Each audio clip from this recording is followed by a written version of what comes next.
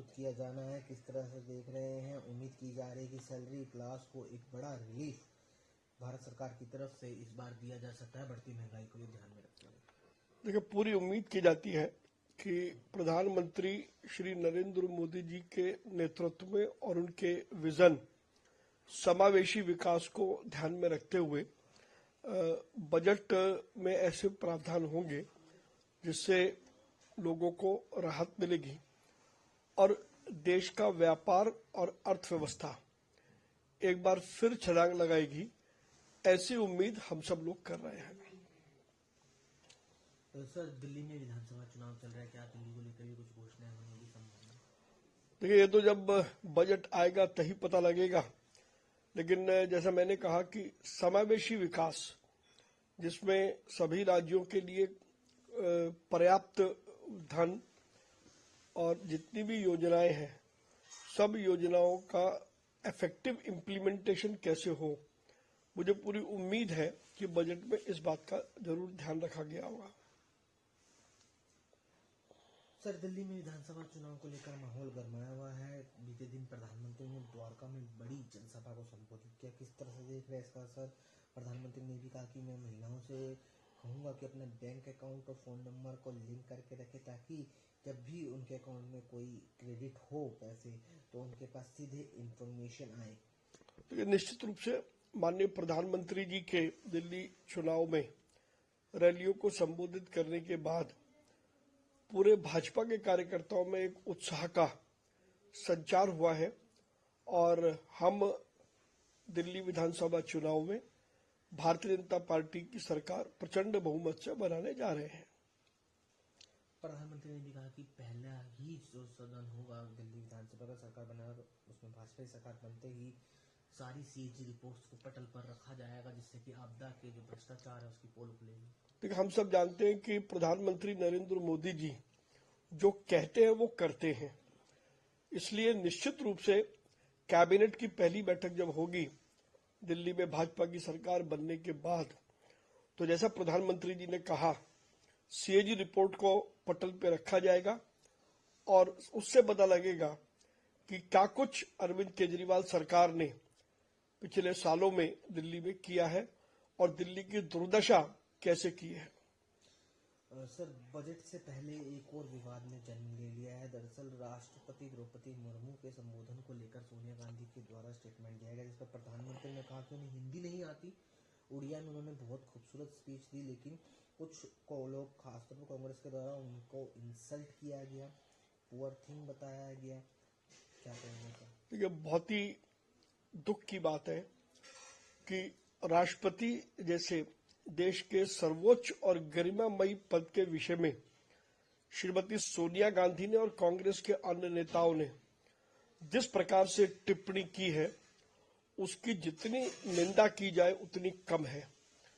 देश की राष्ट्रपति देश का गौरव होती है और कांग्रेस पार्टी को ये बिल्कुल भी एहसास नहीं है कि एक गरीब तबके की महिला जो आज देश की राष्ट्रपति बनी है, उससे कहीं ना कहीं कांग्रेस पार्टी के लोगों को चिढ़ है और इसलिए उनके चिढ़ गाहे बगाहे निकलते, लेकिन जिन शब्दों का प्रयोग किया गया है वो शब्द वास्तव में बेहद ही निंदनीय है।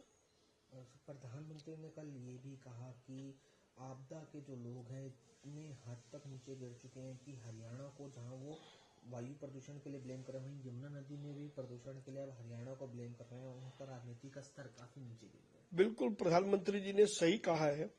इतनी निकृष्ट मानसिकता अरविंद केजरीवाल और आम आदमी पार्टी के नेताओं की होगी, ये तो किसी ने सोचा भी नहीं होगा। और जिस प्रकार की भावनाएं और जिस प्रकार का जहर अरविंद केजरीवाल दिल्ली में घोल रहे हैं, वो ठीक नहीं है और राजनीति के स्तर को जितना नीचे उन्होंने गिरा दिया, कम से कम राजनीति में काम करने वाले लोग इस स्तर तक नहीं गिरते हैं। हमने पहली बार किसी राजनेता को इतना नीचे गिरते हुए देखा है। सर, प्रियंका गांधी का बयान सामने आया, सोनिया गांधी के स्टेटमेंट में कहा कि मेरी माता जी 78 वर्षीय वृद्ध महिला है। उन्होंने अपनी बात पूरे रिस्पेक्टफुल मैनर में रखी कि द्रौपदी मुर्मू का भाषण काफी लंबा था, वो थक गई होंगी, उनका किसी भी तरीके से उनका इंसल्ट करने का वो नहीं था। मीडिया के द्वारा उनके बयान को तोड़ मरोड़ कर प्रस्तुत किया गया। देखिए, शब्द बता देते हैं कि मन की भावना क्या है, और सोनिया गांधी जी ने जिस प्रकार से जिन शब्दों का इस्तेमाल किया, वो निश्चित रूप से उसकी जितनी भर्त्सना की जाए उतनी कम है। अब उसके बाद प्रियंका गांधी अपनी माताजी का बचाव करने के लिए आए, तो उससे साफ जाहिर होता है कि दाल में कहीं ना कहीं कुछ काला है।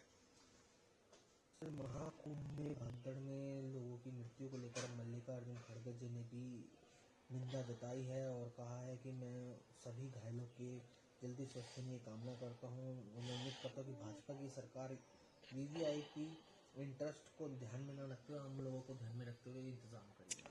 देखिए, खड़गे जी जो कुछ कह रहे हैं वो बहुत ही गैर जिम्मेदाराना बयान है। निश्चित रूप से महाकुंभ में जो दुर्घटना हुई है वो हम सबके लिए बेहद दुखद है, लेकिन प्रशासन ने जिस प्रकार मुस्तैदी से उस सारी स्थिति को काबू किया, वो भी जरूर कहीं ना कहीं देखना होगा। और हर मुद्दे पर राजनीति नहीं करनी चाहिए, लेकिन कांग्रेस के नेताओं का कोई दोष नहीं है, क्योंकि उनकी राजनीतिक जमीन खिसक रही है, इसलिए वो हर मुद्दा ढूंढते हैं जिस पर वो राजनीति कर सके। सर, कल दिल्ली में एक बड़ा दिन रहा जब आम आदमी पार्टी के 8 सिटिंग विधायकों ने अपना न सिर्फ इस्तीफा दिया बल्कि पार्टी की प्राथमिक सदस्यता से भी इस्तीफा दिया। इससे साफ जाहिर होता है कि आम आदमी पार्टी डूबता हुआ जहाज है और किस प्रकार से वहां कार्यकर्ताओं का दम घोटा जाता है और किस प्रकार से एक व्यक्ति अपनी राजनीतिक हठधर्मिता के कारण से पार्टी को और दिल्ली को बर्बाद करने पर तुला है। सर, राजेश ऋषि जिन्होंने इस्तीफा दिया आम आदमी पार्टी विधायक, उन्होंने माना कि स्वाति मालीवाल के साथ बदतमीजी हुई, अरविंद केजरीवाल घर पे उन्हें मारा पीटा गया। उन्होंने ये भी कहा कि अरविंद केजरीवाल एक किलर की तरह बिहेव कर रहे हैं।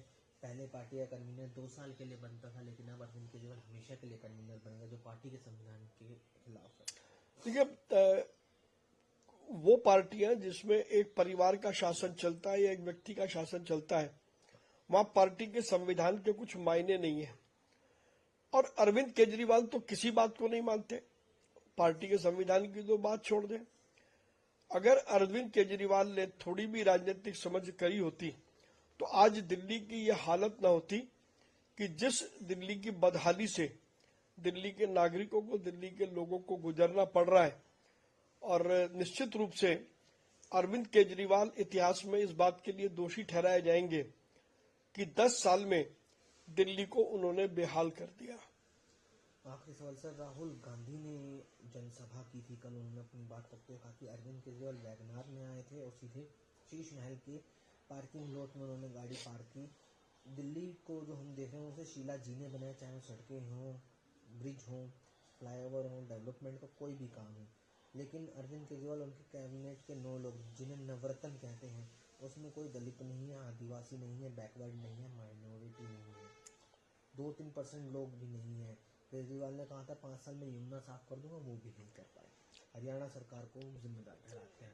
सवाल यह है कि राहुल गांधी इतने बड़े बड़े भाषण तो दे रहे हैं, लेकिन आज भी इंडी गठबंधन में वो क्यों अरविंद केजरीवाल को चिपकाए हुए हैं? अगर अरविंद केजरीवाल जैसे लोग इंडी गठबंधन में हैं और उसके बाद राहुल गांधी उनकी आलोचना करते हैं, तो हमें अच्छी तरीके से समझ में आता है कि इंडी गठबंधन किस प्रकार के लोगों का जमावड़ा है। न्यूज नेशन अब व्हाट्सएप पर खबरों के ताजा अपडेट के लिए न्यूज नेशन के इस क्यूआर कोड को स्कैन करें।